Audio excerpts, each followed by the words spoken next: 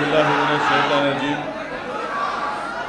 بسم اللہ الرحمن الرحیم السلام علیکم ورحمۃ اللہ وبرکاتہ۔ آج کے اس سنویدھان بچاؤ جلسے کے صدر جناب امیش کمار سورلیکر صاحب اور راشٹریہ بھاوک ایکتا متو بدرکتوا ویدکا کے صدر جناب وحید صاحب، ابھی کالے صاحب، وائس پریزیڈنٹ راج کمار صاحب ملا بھارتی اور پرنسپل سیکرٹری سندیپ کانٹے صاحب، مجلس کے صدر محترم جناب منصور قادری صاحب، بیدر کے مجلس اتحاد المسلمین کے مبصر جناب محمد غوث صاحب، سابقہ رکن بلدیہ جناب مظفر صاحب، رکن بلدیہ greater Hyderabad municipal corporation, Bidar کے میرے تمام مجلسی رفقا اور کرناٹکا کے مجلس اتحاد المسلمین کے صدر محترم جناب عثمان غنی صاحب، میرے عزیز دوستوں اور بزرگوں، ہماری یہ خواہش تھی کہ یہ جلسہ ایک کھلے میدان میں کیا جا سکے، مگر کسی ناگوانی وجوہات کی بنا پر آج اس جلسے کو اس میرج ہال میں شادی خانے میں کرنا پڑ رہا ہے۔ آپ تمام لوگ جانتے ہیں کہ جلسے کا عنوان ہے کہ ہمارے ملک کے کانسٹیٹیوشن کو، ہمارے ملک کی آئین کو، سنویدھان کو بچانا، اور اسی سے ہی ہم اپنے ملک کو مضبوط بھی کر سکیں گے اور ملک کو بچا بھی سکیں گے۔ آج 26 جنوری ہے اور ہم ہمارے ملک کا ریپبلک ڈے منائے ہیں۔ یہ ہمارے وطن عزیز کا 71واں یوم جمہوریہ ہے، اور آج ہی کے دن ہمارے ملک میں ہمارے بزرگوں نے آئین کو بنایا تھا، کانسٹیٹیوشن کو بنایا تھا، اور اس ملک میں آئین کو بنانے والے کا نام، سنویدھان کو بنانے والے کا نام بابا صاحب امبیڈکر تھا۔ اور بابا صاحب امبیڈکر نے اس ملک کا کانسٹیٹیوشن کو بنایا۔ یہاں پر ایک بڑی تعداد میں نوجوان ہیں۔ میں آپ کو یہ بتانا ضروری سمجھتا ہوں کہ ہمارے ملک میں جب آئین، کانسٹیٹیوشن، سنویدھان نہیں بنا تھا، اس وقت اس ملک میں انسان کی کوئی عزت نہیں تھی، اور خاص طور سے چاہے وہ دلت ہو، آدیواسی ہو، یا مسلمان ہو، یا ہمارے OBC طبقے کے ہمارے بھائی اور بہن ہو۔ اس ملک میں آئین کو لاگو ہونے سے پہلے ہر کسی کو اگر نوکری ملتی تھی، کسی کو اگر ووٹ ڈالنے کا اختیار تھا، کسی کو الیکشن لڑنے کا اختیار تھا، کسی کو پولیس کا عہدہ حاصل اگر کرنا چاہتا تھا، تو وہ اس بنیاد پر ان تمام عہدوں پر فائز ہوتا تھا کہ وہ کس کے گھر میں پیدا ہوا۔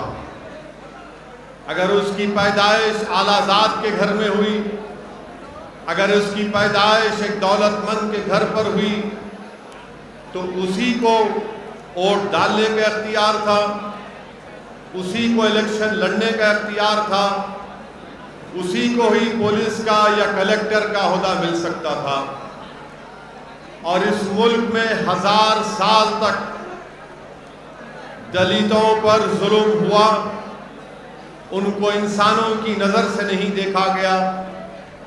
بلکہ میں آپ کو یہ بات بتانا ضروری سمجھتا ہوں کہ بابا صاحب امبیڈکر جس دلت سماج سے آتے تھے، اور اس دلت سماج کا اگر کوئی شخص موجودہ مہاراشٹرا میں اگر کسی گاؤں میں جاتا تھا تو اس کو اپنے کمر کے اوپر ایک جھاڑو باندھنا تھا، اور جھاڑو باندھ کر اور اس کے گلے میں ایک ڈبہ ہوتا تھا۔ ان دونوں کا کام یہ تھا کہ اگر دلت اس زمانے میں وہ کسی گاؤں میں جاتا تھا تو جہاں پر اس کے قدم پڑتے تھے وہ جھاڑو اس قدم کو صاف کرتے تھے، اور اگر اس کو تھوکنا پڑتا تو اس کو اپنے ڈبے میں تھوکنا پڑتا تھا۔ وہ باولیوں پر جا کر، ندی کے پاس جا کر پانی نہیں لے سکتا تھا۔ یہ اس زمانے کے حالات آپ کے سامنے میں رکھ رہا ہوں، اور اس ناانصافی کو اگر کسی نے ختم کیا، سمویدھان اور آئین بنایا، تو اس کا نام بابا صاحب امبیڈکر تھا۔ اور بابا صاحب امبیڈکر نے یہ بتا دیا کہ اگر جاگیردار کا بیٹا پولیس کا عہدیدار بن سکتا ہے تو ایک دلت سماج کا بیٹا بھی پولیس کے اعلیٰ عہدے پر فائز ہو سکتا ہے۔ بابا صاحب امبیڈکر نے یہ بتا دیا سمویدھان کو دیکھ کر کہ اب سب انسان ہیں، کوئی بڑا چھوٹا نہیں ہے، سب برابر ہیں۔ اور یہ ایک بہت بڑا کارنامہ بابا صاحب امبیڈکر کا رہا۔ میرے عزیز دوستوں اور بزرگوں، آج ہم یوم جمہوریہ ریپبلک ڈے منائے ہیں۔ آج ہی کے دن ہمارے بزرگوں نے اس ملک پر، ہم نے اپنے آپ کو ایک کانسٹیٹیوشن دیا، اور بابا صاحب امبیڈکر نے اس کانسٹیٹیوشن میں ہم تمام کو یہ ضمیر کی آزادی کی اجازت دی۔ اور ضمیر کی آزادی کی اجازت کیا ہے کہ اگر کوئی بھارت کا سٹیزن اس بات کو محسوس کرتا ہے کہ میں فلاں مذہب میں میرا ضمیر مطمئن نہیں ہے، تو بابا صاحب امبیڈکر نے کہا کہ تم اس مذہب کو چھوڑ دو اور دوسرے مذہب کو اپنا لو۔ یہ بابا صاحب امبیڈکر نے ہمارے بھارت کے کانسٹیٹیوشن میں، ہمارے آئین میں ہم سب کو اجازت دی۔ اور یہی وجہ ہے کہ بابا صاحب امبیڈکر نے ہندوازم کو چھوڑ کر انہوں نے بودھ مذہب کو اختیار کیا۔ یہ فریڈم آف ریلیجن کی جو کانسٹیٹیوشن میں فنڈامنٹل رائٹ ہم کو ملا، یہ بابا صاحب امبیڈکر کا ایک بہت بڑا کارنامہ ہے۔ یہی سمویدھان نے ہم تمام کو بتا دیا کہ کسی مسلمان کی جان کی قیمت ایک اعلیٰ ذات کے انسان کی جان کی قیمت سے زیادہ اس کے برابر ہے۔ اسی سمویدھان نے بتا دیا کہ ہم مساوات کی بات کریں گے۔ اگر کوئی اعلیٰ ذات کا ہوگا اور کوئی دلت سماج کا ہوگا، مسلمان ہوگا، تو ان کی جان کی قیمت ایک ہی ہوگی۔ ان کو رائٹ ٹو لائف دیا گیا، رائٹ ٹو ایکوالٹی دیا گیا۔ میرے عزیز دوستوں اور بزرگوں، تبھی جا کر ہم نے سمویدھان کو اپنے ملک میں اپنایا۔ مگر بابا صاحب امبیڈکر نے سمویدھان تو ہم کو دیا، مگر بابا صاحب امبیڈکر نے ہم تمام کو ایک پیغام دیا۔ بابا صاحب امبیڈکر نے کہا کہ سمویدھان کو جو میں تم کو دے رہا ہوں، اس میں یقیناً سیاسی زندگی میں ایکوالٹی پیدا ہو جائے گی، مساوات پیدا ہو جائے گا، مگر سماجی زندگی میں انصاف کبھی نہیں پیدا ہوگا۔ یہ بابا صاحب امبیڈکر نے 70 سال پہلے اس بات کو کہی تھی کہ پولیٹیکل ایکوالٹی تو ملے گا مگر سوشل ایکوالٹی نہیں ملے گا۔ تو بابا صاحب امبیڈکر نے ہم تمام کو کیا کہا کہ دیکھو، میں تم کو سمویدھان میں 4 چیزیں دے کر جا رہا ہوں، یہ تمہارے ہتھیار ہے، یہ تم اس کو استعمال کرو تاکہ تم اس ملک میں عزت کے ساتھ اور پوری شان و شوکت کے ساتھ اپنی زندگی کو گزار سکو گے۔ کیا کہا بابا صاحب امبیڈکر نے؟ بابا صاحب امبیڈکر نے کہا کہ میں تم کو لبرٹی دیتا ہوں، آزادی دیتا ہوں، میں تم کو ایکوالٹی کی بات کرتا ہوں، مساوات کی بات کرتا ہوں، میں تم کو جسٹس کی بات کرتا ہوں، انصاف کی بات کرتا ہوں، میں تم کو فٹرنیٹی کی بات کرتا ہوں، برادری کی بات کرتا ہوں۔ تو امبیڈکر نے ہم تمام کو کہا کہ اگر تم کو جب تک تم آزادی حاصل نہیں کرو گے، تم اپنی زندگی شان و شوکت کے ساتھ نہیں گزار سکو گے، جب تک تم مساوات کو حاصل نہیں کرو گے تم سے ناانصافی ہوتی رہے گی، جب تک کہ تم انصاف کو حاصل نہیں کرو گے تم اس وقت تک روتے رہو گے کہ مجھ سے انصاف نہیں ہوا، جب تک کہ تم برادری فریٹرنیٹی نہیں پیدا کرو گے تمہارے قریب کوئی نہیں آئے گا۔ اسی لیے نوجوانوں، کیونکہ اس ملک کا کل کا مستقبل تمہارا ہے، میں تمہارے درمیان میں کھڑے ہو کر عاجزی کے ساتھ تم کو ایک پیغام دے رہا ہوں کہ نوجوانوں آزادی حاصل کرو، نوجوانوں انصاف کو حاصل کرو، نوجوانوں مساوات کو، ایکوالٹی کو حاصل کرو، نوجوانوں فٹرنیٹی کو حاصل کرو۔ یہ چاروں لفظ ہمارے کانسٹیٹیوشن کے پریامبل میں لکھے گئے، لبرٹی، ایکوالٹی، فٹرنیٹی، جسٹس، یہ اس وقت حاصل ہوگا، یاد رکھو میری اس بات کو، چاہے آپ مسلمان ہو، دلت ہو یا ہمارے بیکورڈ کلاس کے ہمارے بھائی بہن ہو، یاد رکھو اگر تم کو یہ حاصل کرنا ہے تو آپ کو ایک سیاسی قوت بننا پڑے گا۔ میں بدر کے مسلمانوں سے کہنے آیا ہوں کہ آپ کو اور ہم کو یہ کوشش کرنا ہے کہ ہم اپنے دلت بھائیوں سے مقابلہ نہ کریں، ہم ان سے مقابلہ نہیں کریں گے، ہم اپنے دلت بھائیوں سے تعاون کریں گے، ہم کمپٹیشن نہیں کریں گے، ہم کوآپریشن کریں گے ان سے۔ میں بدر کے مسلمانوں کو پیغام دینے آیا ہوں کہ آپ ہمارے بیکورڈ کلاس کے بھائی بہنوں سے کمپٹیشن نہیں، کوآپریشن کریں گے، ان سے تعاون کریں گے۔ اب 70 سال یہ اعلیٰ ذات کے لوگوں نے مسلمانوں کو، دلتوں کو، بیکورڈ کلاس کے لوگوں کا مقابلہ کرایا، لایا۔ آج اسدالدین اویسی تمہارے درمیان میں آ کر تم سے اپیل کر رہا ہے کہ اب یہ مقابلے کا وقت نہیں، یہ تعاون کا وقت ہے، یہ تعاون کا وقت ہے، یہ کوآپریشن کا وقت ہے۔ اگر ہم یہ تینوں سماج مل جائیں گے تو یاد رکھو 70 سال سے 22% لوگ جو پوری ملائی کھا گئے، دودھ کا گھڑا پی گئے، اور ہم کو اور آپ کو یہ کہہ دیا کہ تم ایک چپراسی کی نوکری کے لیے لڑو، تم ایک کانسٹیبل کی نوکری کے لیے لڑو، تم ایک ٹیچر کی نوکری کے لیے لڑو۔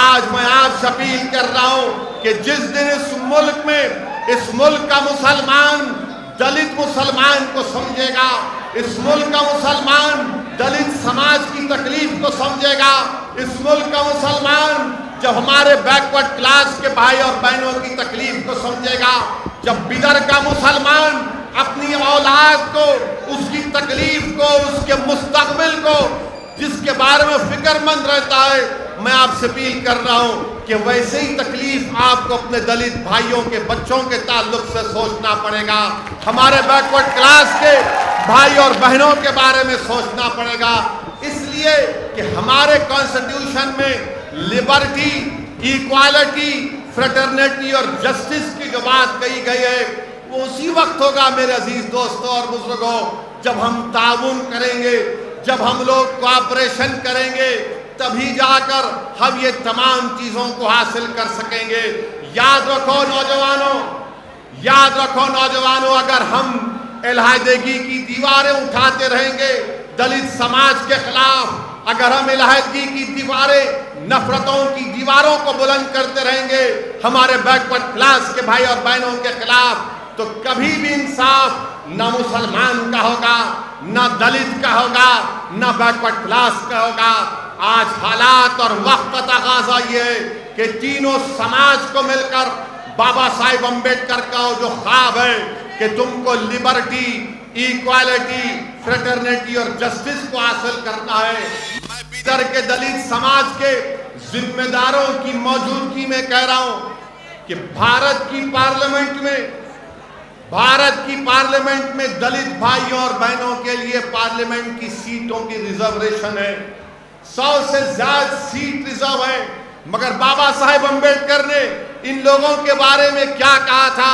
کسی ایک پریس کے نمائندے نے بابا صاحب امبیڈکر سے پوچھا تھا کہ آپ کے سماج کے لوگوں کو پارلیمنٹ کی سیٹوں میں ریزرویشن ہے، تو بابا صاحب امبیڈکر نے جواب دیا کہ ہاں یہ بات بالکل صحیح ہے کہ 100 سے زائد بھارت کی پارلیمنٹ میں دلت لوگ جیت کر آ جاتے ہیں، مگر ان کی زبانیں کبھی نہیں کھلتی۔ بابا صاحب نے ایک تاریخی جملہ کہا تھا، میں ہمارے بیدر کے دلت بھائیوں کو سنانا چاہتا ہوں۔ بابا صاحب امبیڈکر نے کہا کہ پارلیمنٹ میں بیٹھ کر اپنا منہ اسی وقت کھولتے ہیں جب ان کو انگڑائی لینا پڑتا ہے۔ یہ امبیڈکر نے کہا تھا کہ وہ دلت ایم پی اپنا منہ اس وقت کھولتے ہیں جب ان کو اپنی انگڑائی لینا پڑتا ہے۔ اور میں نے اپنی آنکھوں سے دیکھا کہ بھارت کے پارلیمنٹ میں اکنامک گراؤنڈ کے اوپر ریزرویشن دے دیا گیا، اور کوئی دلت ایم پی ہمت نہیں تھی کہ کھڑا ہو کر بول سکے ارے یہ تو بابا صاحب کے سمویدھان کے خلاف ہے، اکنامک گراؤنڈ پر ریزرویشن دے دیا گیا۔ میرے عزیز دوستوں اور بزرگوں، یہی ایک بات تاریخی جملہ کانشی رام نے کہا تھا۔ کانشی رام نے کیا کہا تھا کہ ہم چمچوں کے ایج میں زندگی گزار رہے ہیں، یہ وقت پورا چمچوں کا ہے، تو یاد رکھو جب تک آپ چمچا گیری کرتے رہیں گے تو غلامی تمہارا مقدر بن جائے گا۔ کریں گے انصاف کبھی نہیں ملے گا۔ جب تک آپ چمچا گیری کریں گے مساوات آپ کو کبھی نہیں ملیں گے۔ جب تک آپ چمچا گیری کریں گے تو آپ کا ایکسپلائٹیشن ہوگا۔ جس دن آپ اپنی صفوں سے چمچوں کو دور کریں گے اور شیر بنیں گے تو تمام دنیا تمہاری آواز کو سنے گی۔ میں آپ کو بتانے آیا ہوں کہ اب یہ چمچوں کی ضرورت نہیں ہے جو ہمارے مستقبل کا سودا ایک بروکروں کی طرح، ایک ایجنٹ کی طرح 70 سال سے کرتے آئے ہیں۔ آج میں بیدر کے نوجوانوں کے درمیان میں کھڑے ہو کر کہہ رہا ہوں کہ بیدر کے مسلمان، بیدر کے دلت بھائی، بیدر کے بیکورڈ کلاس کے لوگ، بھارت کے سمویدھان آپ کو اجازت دیتا ہے۔ آخر کب تک آپ صرف ووٹ ڈالنے کی مشین بنیں گے؟ میں آپ کو بتانے آیا ہوں کہ آج آپ ووٹ ڈالتے رہے، آج ووٹ حاصل کرنے کا آپ کو وقت آیا ہے۔ اگر آپ بابا صاحب امبیڈکر کا اس خواب کو پورا کرنا چاہتے ہیں تو صرف ووٹ ڈالنے والے مت بنو، بلکہ ووٹ کو حاصل کرنے والے بنو۔ ہمارے بابا صاحب کے سمویدھان میں لفظ سیکولرزم بھی آیا۔ آپ کو معلوم بابا صاحب امبیڈکر کو جب پہلا پارلیمنٹ کا الیکشن بابا صاحب امبیڈکر میرے خیال سے بمبئی سے لڑے تھے، الیکشن ہار گئے۔ کیوں ہارے معلوم آپ کو؟ کیا کوئی جانتا اس مجمع میں کہ بابا صاحب امبیڈکر الیکشن کیوں ہارے؟ کیوں ہارے؟ نہیں، دونوں دلت تھے۔ بابا صاحب امبیڈکر کے خلاف ایک چھوٹا کانگریس کا لیڈر تھا۔ امبیڈکر کو شکست کیوں ہوئی؟ امبیڈکر کو شکست اس لیے ہوئی کیونکہ امبیڈکر نے کہا تھا کہ مسلمانوں کے علیحدہ ووٹر لسٹ بننی چاہیے، تو اعلیٰ ذات کے لوگوں نے کہا کہ ہاں دیکھو یہ امبیڈکر مسلمانوں کی بات کر رہا ہے۔ امبیڈکر نے کشمیر کے بارے میں کہا تھا تو فرقہ پرست لوگوں نے کہا کہ نہیں یہ امبیڈکر خطرناک ہے، اس کو ہرانا ضروری ہے۔ انہی دو چیزوں پر امبیڈکر کو ہرا دیا گیا تھا بابا صاحب۔ تو فرقہ پرستی اسد الدین اویسی کی وجہ سے نہیں ہے۔ لوگ آ کر بولتے ہیں، لوگ مجھ سے کہتے ہیں کہ آپ جہاں پر جاتے ہیں وہاں پر بی جے پی کو فائدہ ہوتا ہے۔ میں آج تاریخ میں جا کر اپنی بات کو چیلنج کے ساتھ رکھ رہا ہوں، بتاؤ کیا میں نے جو بیان کیا وہ سچ نہیں ہے کہ امبیڈکر کو ہار اس لیے ہوئی تھی کیونکہ کانگریس نے کہا یہ بابا صاحب تو مسلمانوں کی ووٹر لسٹ کی بات کر رہا ہے، یہ کشمیر کی بات کر رہا ہے، اس کو ہرا دو۔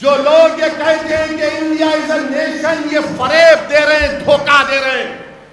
بابا صاحب امبیڈکر نے کہا تھا کہ اس ملک میں ہزاروں کاسٹ ہیں، ہزاروں کاسٹ ہیں۔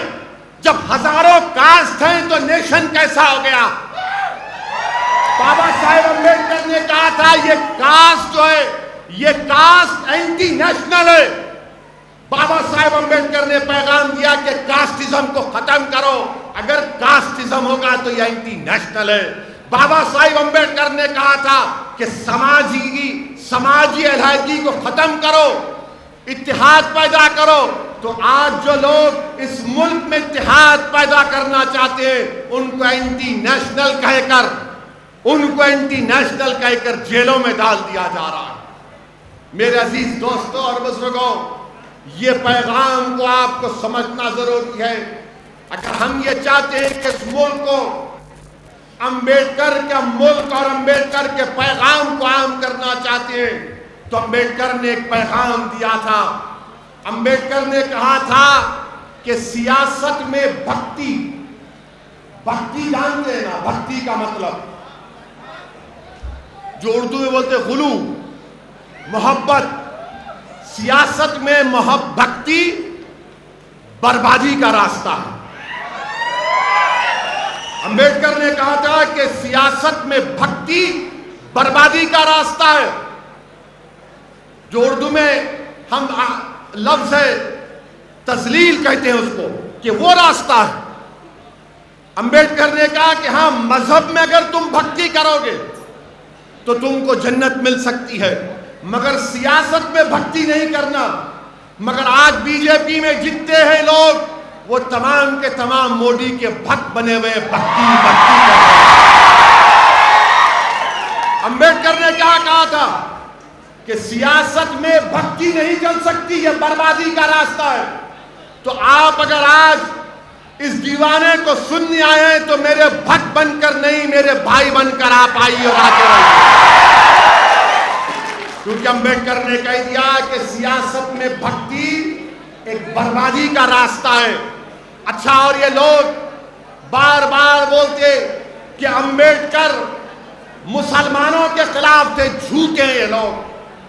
اگر کوئی سنگھ پریوار کا کہتا ہے کہ امبیڈکر مسلمانوں کے خلاف تھے، ان کی کتاب پارٹیشن ان پاکستان کا حوالہ دے کر تو آؤ، میرے سامنے 5 منٹ تم نہیں ٹھہر سکو گے۔ اسی کتاب سے امبیڈکر نے مسلمانوں سے محبت کی تھی، یہ امبیڈکر کا پیغام۔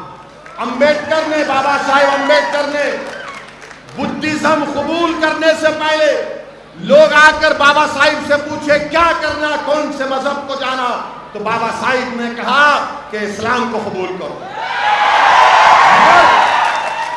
مگر جب بابا صاحب امبیڈکر نے مسلمانوں میں ذات پات کو دیکھا تو ان کو تکلیف ہو گئی۔ اسی لیے میرے عزیز دوستو، مسلمانوں میں ذات پات ہے، یہ بات ماننا پڑے گا آپ کو۔ بابا صاحب امبیڈکر نے بودھ مذہب کو اختیار کیا، اور پھر بابا صاحب امبیڈکر ممبئی سے ایک ماہنامہ نکالتے تھے، اس میں کئی آرٹیکلز بابا صاحب امبیڈکر نے اسلام پر، مسلمانوں پر لکھے۔ یہ سنگھ پریوار کا پروپیگنڈا ہے۔ میرے عزیز دوستوں اور بزرگوں، اس سمویدھان کو سمجھنا ہے۔ اس سمویدھان کے تحت آپ کو رائٹ ٹو لائف دیا گیا ہے، لبرٹی دیا گیا ہے، رائٹ ٹو ایکوالٹی دیا گیا ہے۔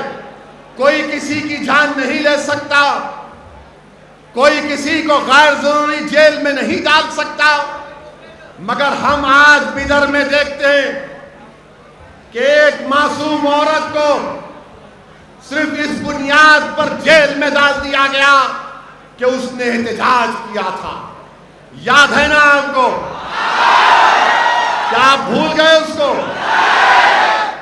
امبیڈکر نے سمویدھان جو دیا اس میں لکھا ہوا ہے رائٹ ٹو پروٹیسٹ، احتجاج کرنا ایک بنیادی حق ہے، بشرطے کہ وہ وائلنس کا رخ اختیار نہ کرے۔ تو یاد رکھو میرے عزیز دوستوں اور بزرگوں، دلی میں بی جے پی کی سرکار ہے، کرناٹکا میں بی جے پی کی سرکار ہے، مگر امبیڈکر آپ کو پکار پکار کر بابا صاحب کہہ رہے ہیں کہ اگر کوئی حکومت ناانصافی کرتی ہے، امبیڈکر کے سنویدھان کے خلاف مذہب کو بنیاد بنا کر جو غیر دستوری اگر سٹیزن شپ دیتی ہے تو احتجاج کرو. پروٹیسٹ کرنا یہ ان لوگوں کے لیے ضروری ہے جو دنیا کو بتائیں گے کہ ہم زندہ قوم ہیں، جو مردہ ہوتے ہوئے احتجاج نہیں کرتے. میرے عزیز دوستوں اور بزرگوں، اسی لیے ہم کو اپنے سنویدھان کو، اپنے کانسٹیٹیوشن کو پڑھنے کی ضرورت ہے. آج میں بدر کے ہمارے ان بچوں سے اپیل کرنے آیا ہوں جو 14 اور 15 سال کے ہیں کہ میرے بچوں، تم کو وکیل بننا ہے، تم کو لائر بننا ہے، تم کو بیرسٹر بننا ہے، تم کو جج بننا ہے، کیونکہ جب تم قانون کی ڈگری حاصل کرو گے تو تم ہی اس ملک کو بچا پاؤ گے، تم ہی اس ملک کے سنویدھان کو مضبوط کرو گے، تم اس سنویدھان کو زندہ رکھو گے.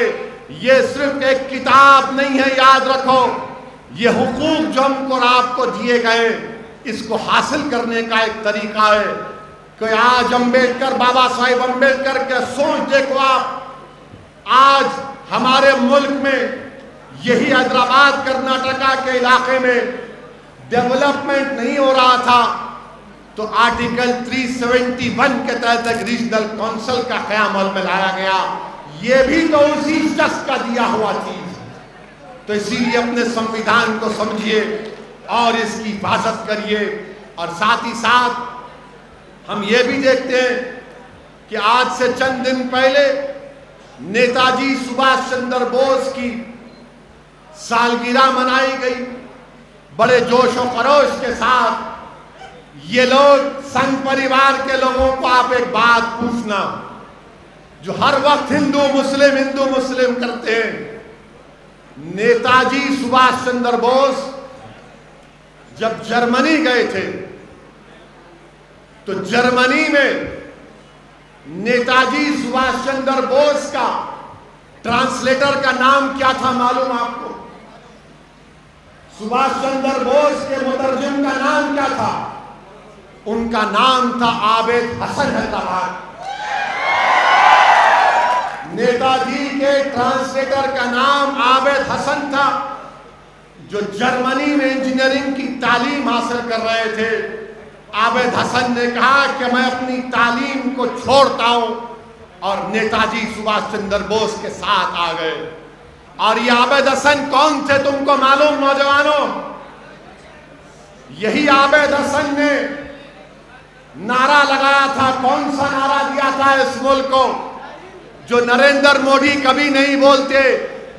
عابد حسن نے کہا تھا کہ جے ہند کا نعرہ لگایا تھا. تو نیتا جی سبھاش چندر بوس کو نعرہ بہت پسند آیا. اس دن سے آج تک جے ہند کا نعرہ دیا جاتا ہے. یہ عابد حسن کا دیا ہوا. آپ کو معلوم یہ عابد حسن کون تھے؟ جرمنی سے وہ اور نیتا جی سبھاش چندر بوس سب مرین میں 2 مہینے سب مرین میں یورپ سے ایشیا کو جاتی ہے سب مرین. عابد حسن اپنی ڈائری میں لکھتے ہیں کہ میں جب نیتا جی کے ساتھ تھا تو ہم اس سب مرین میں دھواں اتنا ہوتا تھا کہ کالک ہمارے کپڑوں کو لگ جاتی، کالک ہمارے رضائی پر آ جاتی. یہ عابد حسن نے نیتا جی سبھاش چندر بوس کے ساتھ اس ملک کی آزادی میں ایک اہم رول ادا کیا. مگر یہ سنگھ پریوار کے لوگ عابد حسن کا نام نہیں لیں گے. مگر آپ کو یاد رکھنا ہے، تم کو معلوم نوجوانوں، کوئٹ انڈیا کا نعرہ کس نے لگایا تھا؟ کوئٹ انڈیا کا نعرہ انگریزوں سے کس نے کہا تھا کہ بھارت چھوڑو ہندوستان چھوڑو؟ نوجوانوں، اس کا نام یوسف مہر علی تھا. بمبئی کے یوسف مہر علی نعرہ لگایا تھا، کوئٹ انڈیا، بھارت چھوڑو انگریزوں، انڈیا کو چھوڑو. یہ نعرہ لگانے والے کا نام یوسف مہر علی تھا. نوجوانوں یاد رکھو ان باتوں کو. یہ سنگھ پریوار کے لوگ تاریخ کو توڑ موڑ کر پیش کر رہے ہیں. اور آپ کو ایک اور بات بتانا چاہتا ہوں کہ جب نیتاجی سبھاش چندر بوس نے انڈین نیشنل آرمی کو بنایا تھا، ان کا کیا گانا تھا، کیا ترانہ تھا ان کا؟ نہیں، ان کا نعرہ یہ تھا، ترانہ یہ تھا کہ قدم قدم بڑھائے جا، خوشی کے گیت گائے جا، یہ زندگی ہے قوم کی، تو قوم پہ لٹائے جا۔ کیا تھا ان کا ترانہ؟ قدم قدم بڑھائے جا، بولو میرے ساتھ، خوشی کے گیت گائے جا، یہ زندگی ہے قوم کی، تو قوم پہ لٹائے جا، تو شیر ہند آگے بڑھ، مرنے سے تو کبھی نہ ڈر، اڑا کے دشمنوں کا سر، جوش وطن بڑھائے جا، جوش وطن بڑھائے جا، ہمت تیری بڑھتی رہے، خدا تیری سنتا رہے، جو تیرے سامنے کھڑے ہو تو خاک میں ملائے جا، تو خاک میں ملائے جا، قدم قدم بڑھائے جا، خوشی کے گیت گائے جا، یہ زندگی ہے قوم کی، تو قوم پہ لٹائے جا۔ اب یہاں پر قوم کا مطلب مسلمان نہیں، قوم کا مطلب بھارت ہے، کیونکہ ہمارے میڈیا والے بولیں گے انہوں قوم بول دی، ان کے پپا کے بارے میں بولے تو ڈر ہوتا ہے۔ قوم کا مطلب ملک۔ اب ایک مصرع نہیں پڑھا، وہ پڑھوں گا ابھی، ایک چھوٹ گیا اس پہ، ڈیلیبریٹلی نہیں پڑھا میں، پڑھوں۔ یہ ان کا کہنا تھا، میرا نہیں ہے، ورنہ کل صبح سے 9 بجے شروع ہو جائیں گا دولہے بھائی کی شادی، ٹی وی پہ بولیں گے ویسی بولا ایسا، میں نہیں بولا، یہ ترانہ تھا نیتاجی سبھاش چندر بوس کا، اس میں کیا تھا؟ اب آپ پڑھیں گے میرے ساتھ، چلو دلی پکار کے، قومی نشان سنبھال کے، لال قلعے پہ گاڑ کے،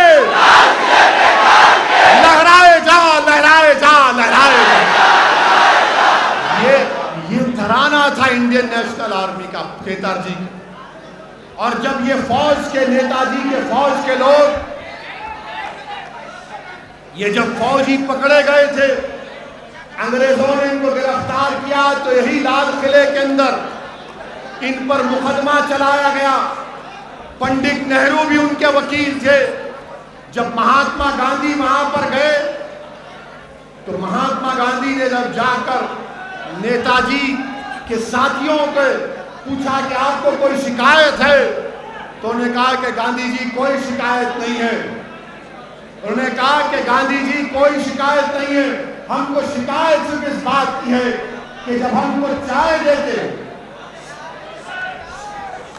جب ہم کو چائے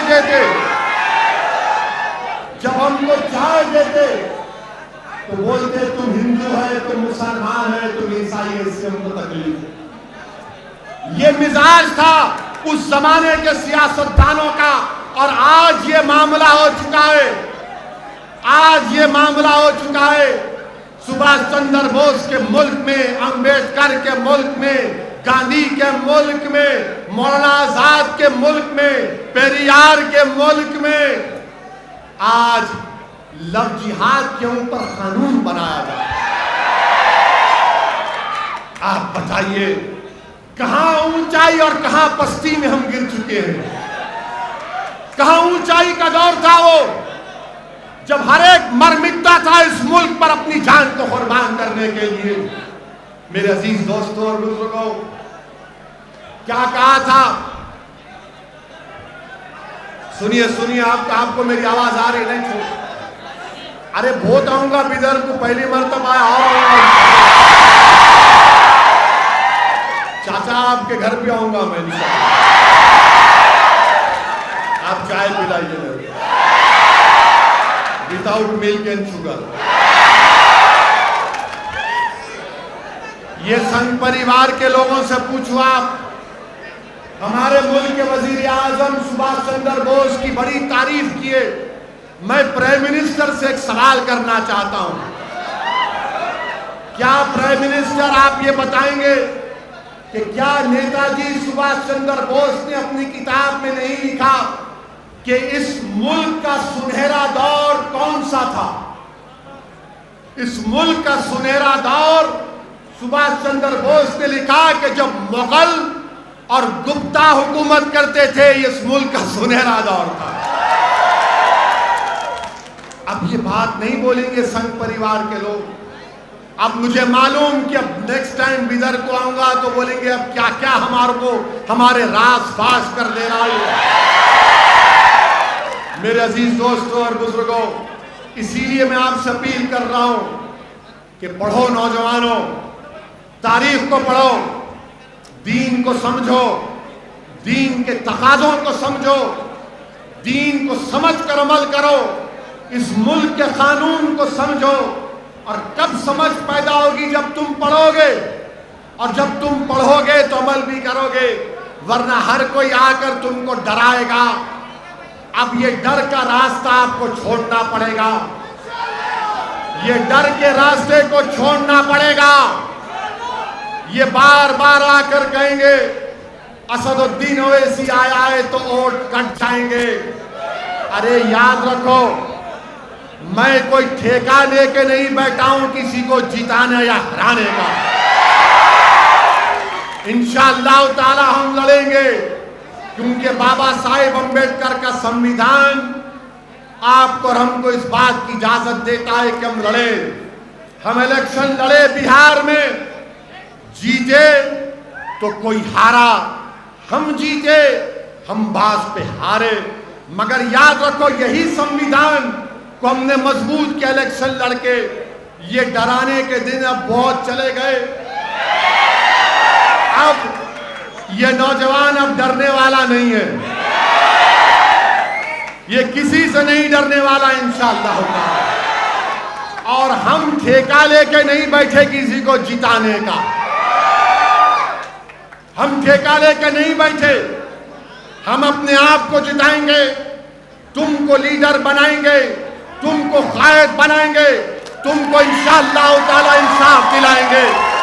یہ کام، یہ خواب امبیڈکر کے بھی تھے، بابا صاحب امبیڈکر کا پیغام تھا۔ اسی لیے میں آپ سے اپیل کر رہا ہوں کہ متحد رہیے۔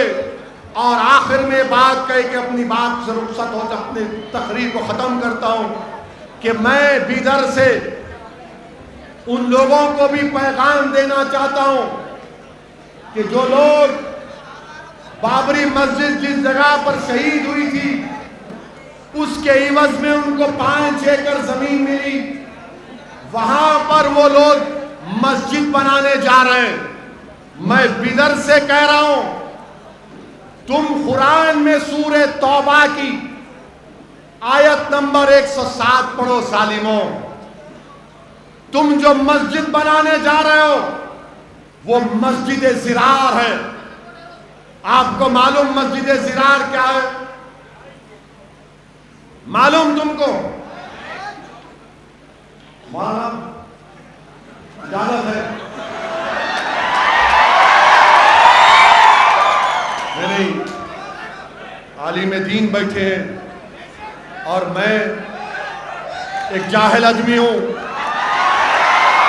تو اجازت لے کر عرض کر رہا ہوں۔ مدینہ شریف میں ایک منافقین کا ٹولہ تھا جو یہودیوں کے گھر میں بیٹھ کر رسول اللہ صلی اللہ علیہ وسلم کے خلاف سازش کرتا۔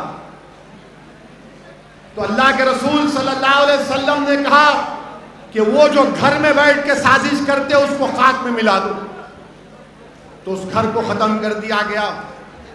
تو اس میں ایک ایک اور شخص تھا، اس کا نام یاد نہیں آ رہا مجھے، جو اپنے آپ کو راہب کہتا تھا، بہت بڑا، وہ لوگ اس کو بہت چاہتے تھے، لوگ اس کو ہاتھ چومتے تھے، بڑی عزت کرتے تھے لوگ، مگر جب رسول اللہ صلی اللہ علیہ وسلم مدینہ شریف میں تشریف لائے، رسول اللہ صلی اللہ علیہ وسلم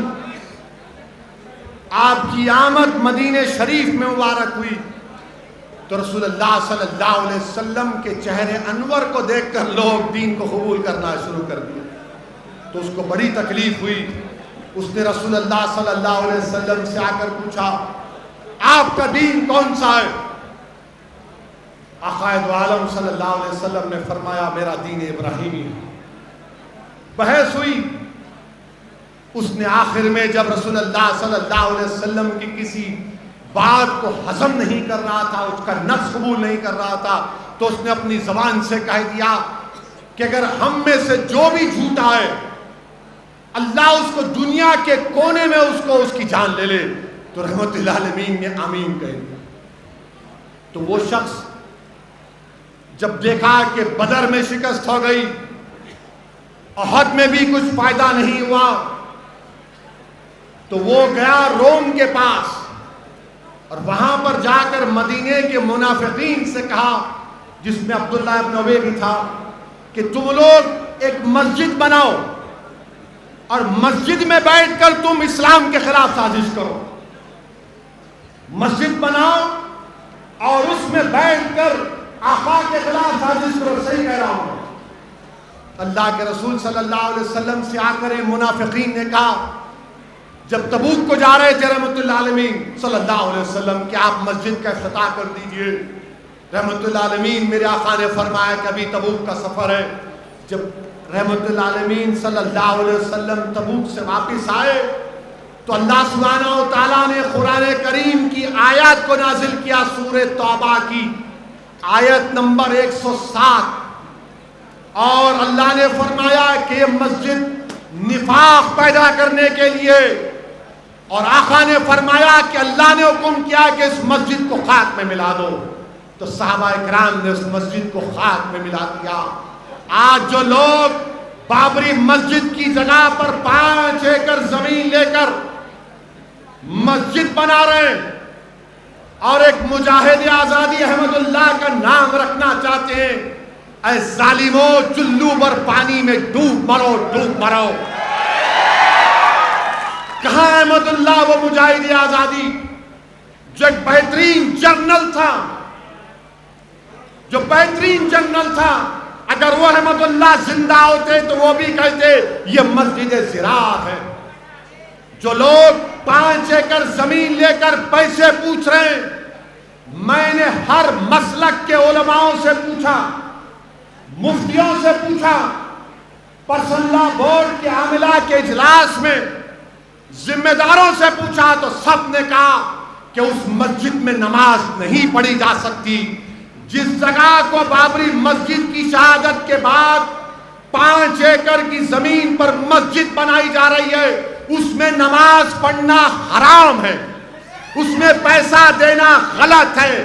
اگر تم کو پیسے دینا ہے تو بدر میں کسی غریب یتیم بچی کی شادی کراؤ، یتیموں کو تعلیم دلاؤ، اگر کوئی مقروض ہے تو اس کی مدد کرو، اگر کوئی دلت مقروض ہے تو اس کی مدد کرو، مگر خدا کے لیے اس مسجد کو جو نام نہاد مسجد بنائی جا رہی ہے وہ تمام کے تمام منافقین اعظم ہیں۔ یہ منافقین ہیں۔ ارے کیا مسجد جس جگہ پر شہید ہو جاتی تم اس جگہ پر زمین لو گے؟ کہاں ہے؟ کس نے کہا؟ بتاؤ میرے عزیز دوستوں اور بزرگوں، یہ بات بھی آپ کو کہنا ضروری ہے، کیونکہ کسی نے نہیں کہا تو ظاہر ہے دولہے بھائی کو ہی بولنا پڑتا ہے، بولنا ضروری ہے تاکہ پوروں کو پیغام مل جائے۔ ڈرنے کی کوئی ضرورت نہیں ہے، سنویدھان مجھے کہتا ہے کہ بولو، ڈٹ کر بولو، کھل کر بولو، ڈر کر مت بولو، مگر سنویدھان کے 4 دیواری میں رہ کر بولو۔ میں نے جو کچھ بھی کہا ہے وہ قانون کے دائرے میں رہ کر کہا ہوں،